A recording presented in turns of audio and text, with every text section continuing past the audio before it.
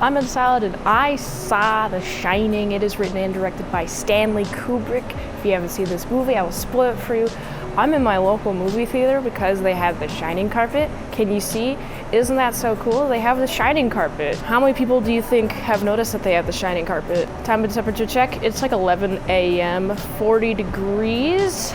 50% humidity. On with the review. We got this guy, his name is Jack. He was an alcoholic, but now he doesn't do alcohol because he dislocated his son's shoulder, and he's got a job to look over this resort in Colorado, and he's like, all right, I'm gonna take this job. As soon as he gets to the job with his family, the people be like, yo, don't you know what happened last time?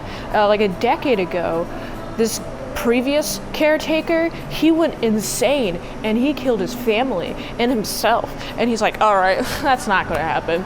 But as soon as he reaches the hotel, we got these forces giving Dan these visions like, yo, don't go in 237, don't go over there. And I'm like, he's gonna go in there. You know what children do? They disobey their parents. They just do whatever they want to do. And Dan's gonna find out the hard way. He's very drawn to this hotel room. And ultimately I'm like, I don't think you should go there. But of course, we got these like ghostly figures being like, yo, go in there. And it turns out we got like the Shining. He's got like the Shining in him. And it's like this like life force. Meanwhile, we got Jack. He's becoming more aggressive. He's going back to drinking because he quit being an alcoholic, but now he's going back because the ghost bartender is like, you should do some drinking, and he does some drinking.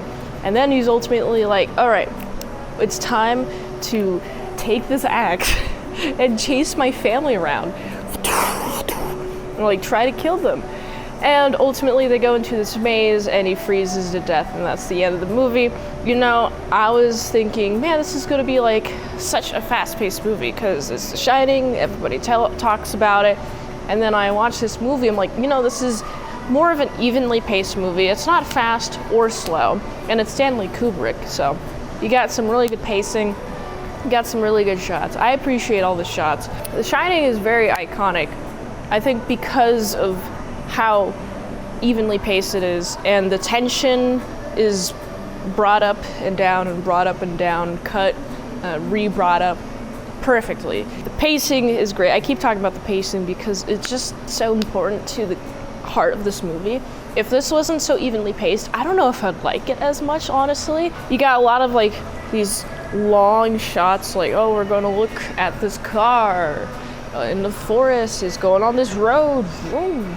And then we're looking at this child just do a little bit of a pedaling on the tricycle, on the plastic tricycle, until he reaches this room, and that's going to take a little bit. It takes at least a minute. There's a lot of these like long shots that are following the actor and the actress.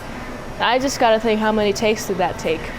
And so I looked it up, and it turns out that Stanley Kubrick, he's like, you guys have to redo these takes. That's why he also had all these small sets, because then he could redo all the takes, which I think very important to a movie like this. If there is any sign of, oh, this kind of sucks, then this wouldn't be so culturally relevant, in my opinion.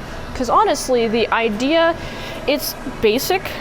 You got this guy, he goes to this hotel, and he's supposed to do this job taking care of the hotel, and once he gets there, he's warned that there's like this spirit thing. They don't say the spirit thing, but it is the spirit thing. And they're saying that, hey, you should be careful because this happened.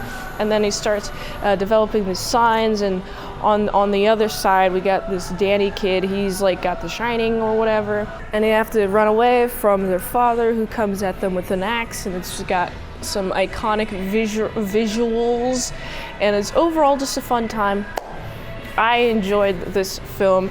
I enjoyed watching it for the first time, but you know, The Shining, I could watch it again. I could get a lot out of this watching it again, but I don't know if it's like a movie that I would put on repeat over and over and over again. At some point I feel like I'd get a little sick of it, just because it was like, okay, I get it.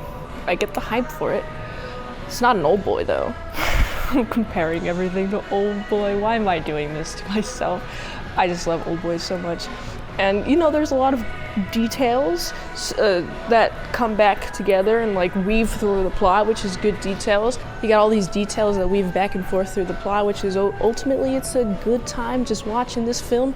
And if you haven't seen The Shining, I do recommend seeing The Shining. Watch The Shining in different states of being high or drunk, and you get different experiences with The Shining. Ultimately, this is a fun time. I am surprised that I haven't seen it sooner, but I'm glad that I did. So I have to give The Shining, it's like a 8. You might think, Mint, you talked about it so negatively. Why are you giving it an 8, such a high score?